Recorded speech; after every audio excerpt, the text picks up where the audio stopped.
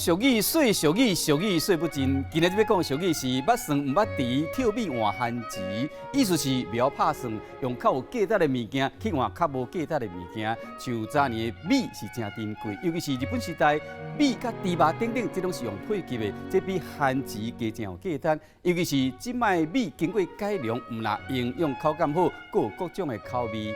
2019年，台东地上老农友谢美国用伊所种出来的米参加日本的比赛，结果得到金箱奖，回本人真欢喜。台东的农友嘛，感觉真公平。虽然讲番薯的价值较输米，也不过嘛真营养，佫会使推展地方的观光。像金山番薯贵千人控油，有真个乡亲参加，感受热烈的亲子活动，买当食着番薯香甜的滋味。